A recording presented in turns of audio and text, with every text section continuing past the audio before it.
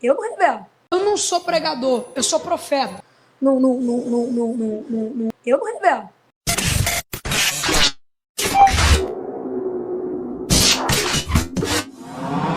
Eu nos últimos dias tenho sido muito bombardeado.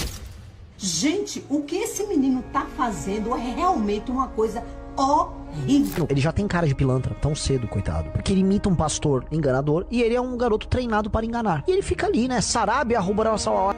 Uma coisa é você atacar alguém que tem 30, 40 anos. Eu tenho só 14 anos de idade. Gente, tá vendo esse jovem aí? Desde criança já tá com um demônio chamado demônio mirim, espírito do engano. A minha alma tá chorando, a minha alma tá batida. Mas eu tô no altar, porque eu creio no Deus que cura. E quem critica na internet, quem põe um comentário falando mal, não sabe da nossa história.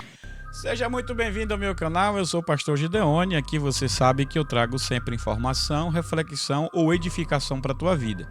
E toda a história, ela tem pessoas que acreditam, mas também pessoas que desacreditam. Pois é, nós queremos saber a história. A única história que é contada é a dele, que ele conta e que não tem provas. Cadê as provas? Tudo hoje em dia se pede prova.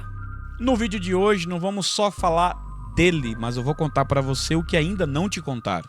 Alguns detalhes, alguns pormenores que estão ainda, que não vieram à tona, que é importante que você fique comigo até o final desse vídeo para que você fique por dentro do que está realmente acontecendo. Uma coisa é você atacar alguém que tem 30, 40 anos. Eu tenho só 14 anos de idade. Só que na verdade estão batendo nele desta forma porque ele se comporta como alguém de 30, 40, 50 anos. Olha a sua postura, olha o seu estilo, olha a sua oratória. Perceba que existe um laboratório desse tipo de gente.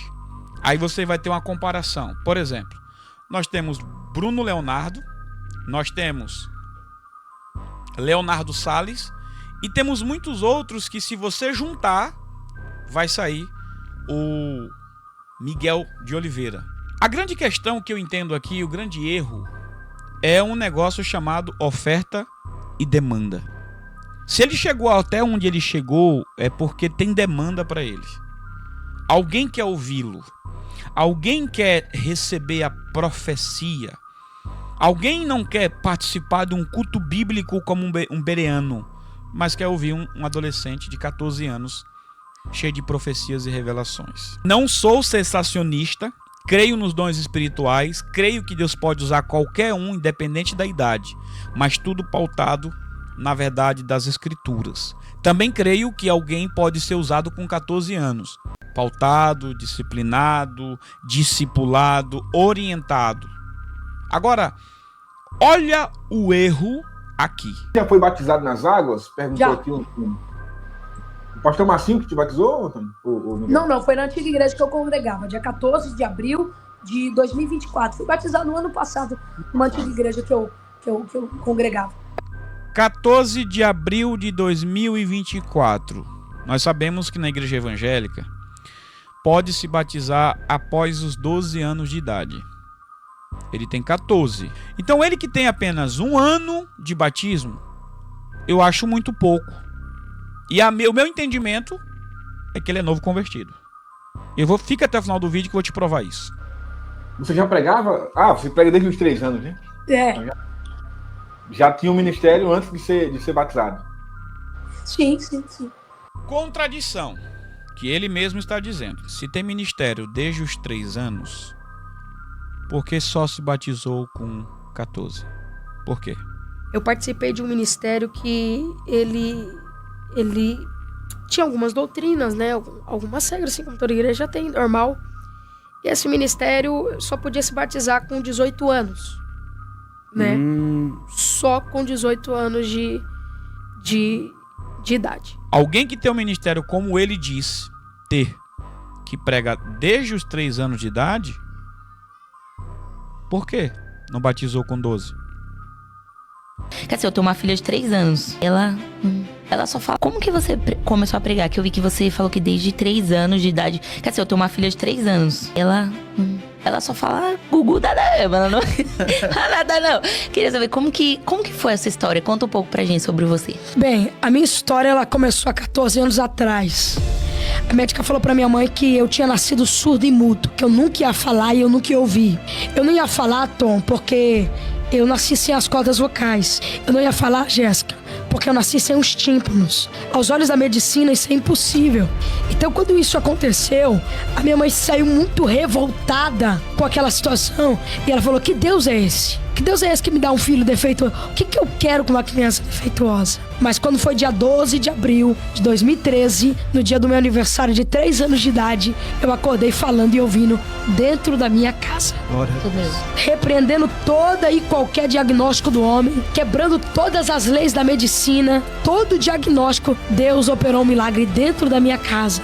No segundo dia que eu estava falando, que eu estava ouvindo, eu comecei a louvar dentro da minha casa. O que eu tô falando aqui, eu não falei em nenhum lugar, porque muitas pessoas não sabem. No segundo dia que eu estava falando e ouvindo, comecei a cantar dentro da minha casa. Mas como que eu estava cantando louvor, sendo que eu nunca tinha ouvido nada? Santo Deus, verdade. Como que eu estava louvando, sendo que eu nunca tinha ouvido música nenhuma? Foi o próprio Deus que colocou uma música e eu cantei pela manhã. Você observou que quando ele vai falar, ele precisa saber se a câmera está focada nele.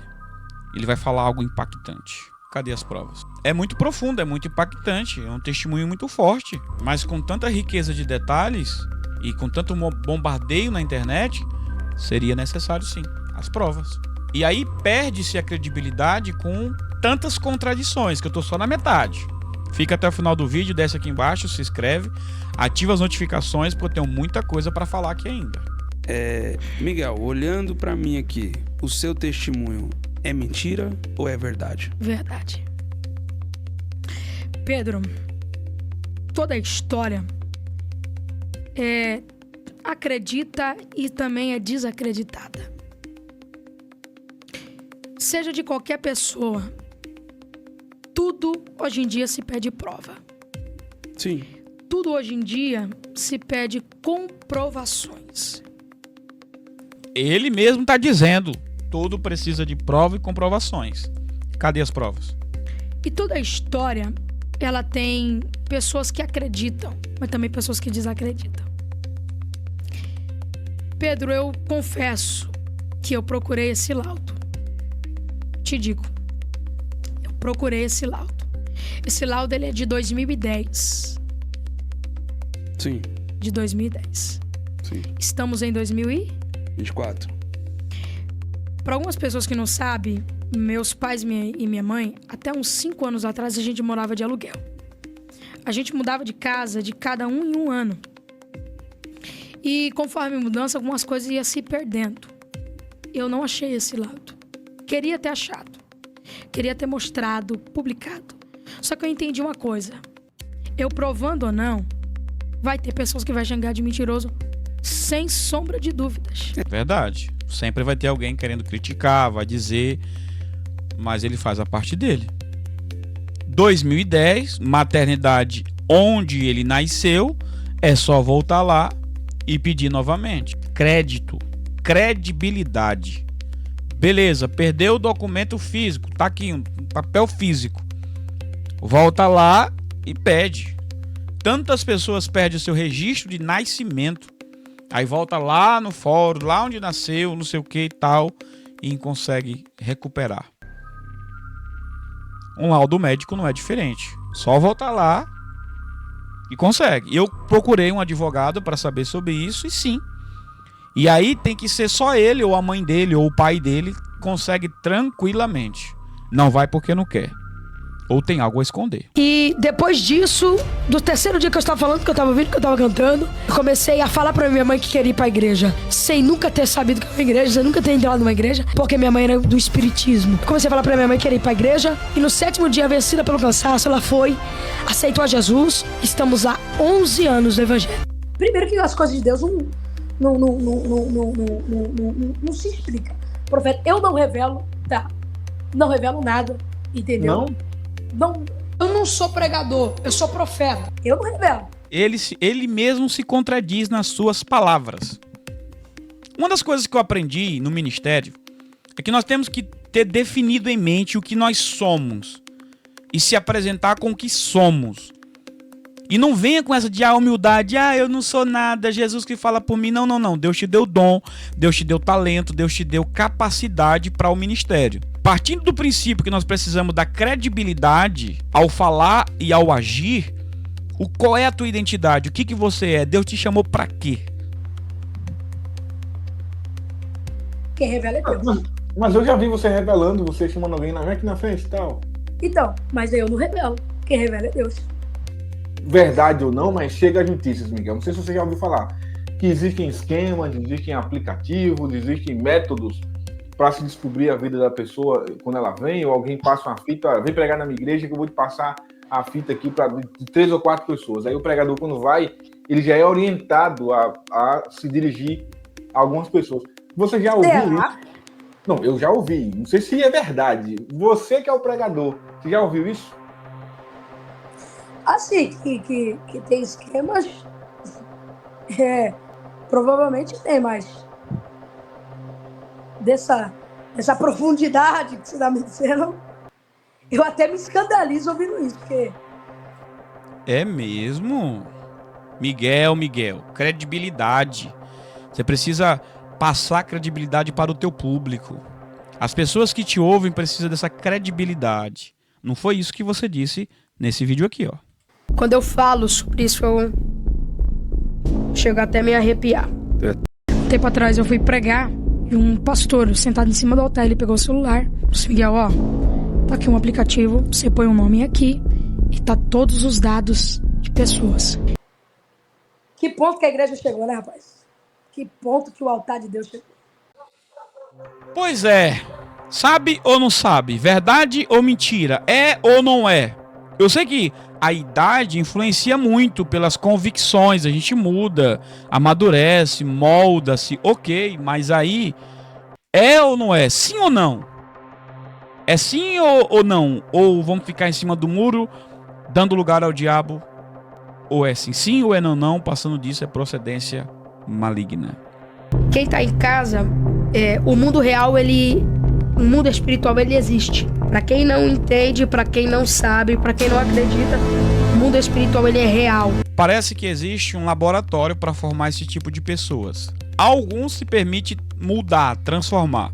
Você vai ver que ele está dentro de um sistema neopentecostal, onde ele tem liberdade do espírito para fazer e falar o que quiser. Eu não sou pregador, eu sou profeta. Uma igreja séria não permitiria certas coisas. Infelizmente, o neopentecostalismo, a grande maioria, não é sério. É bagunçado.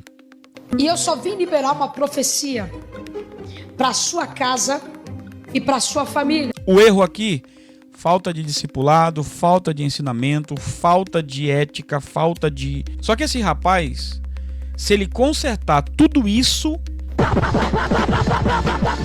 Vai passar o ano de mistério!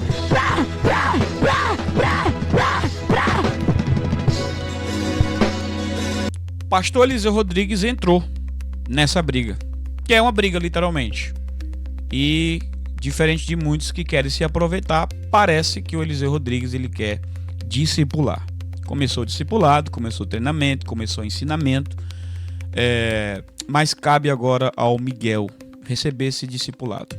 Minha opinião sincera, imaturidade, falta de preparo. Claro, também concordo com algumas falas, tem alguém por trás, mas o que o Duval falou é exagero. Chamar os pais de golpista, de pilantra, isso, aquilo, outro. É um sistema, ele existe porque tem demanda. É a lei da oferta e demanda. Deus abençoe, até o próximo vídeo.